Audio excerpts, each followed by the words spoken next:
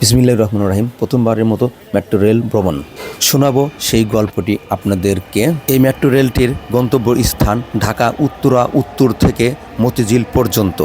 যারা ঢাকা উত্তর থেকে ঢাকা মতিঝিল কারণ বাজার যেতে চান যানজটমুক্ত, তারা এই ট্রেনটি ব্যবহার করতে পারেন।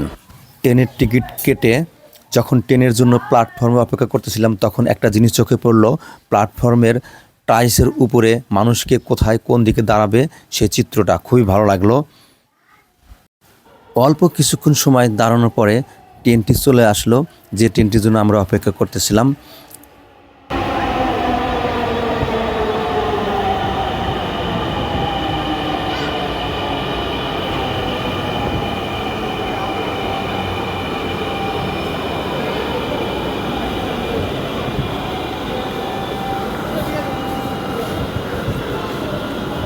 কয়েক সেকেন্ডের জন্য ট্রেন দাঁড়ায়, এই কয়েক সেকেন্ডের ভিতরেই যাত্রী নামে এবং যাত্রী ওঠে খুবই দূরত্বভাবে। যারা ভিডিওটি দেখলেন কমেন্টে জানাবেন কেমন হয়েছে, কেমন লেগেছে আপনাদের কাছে।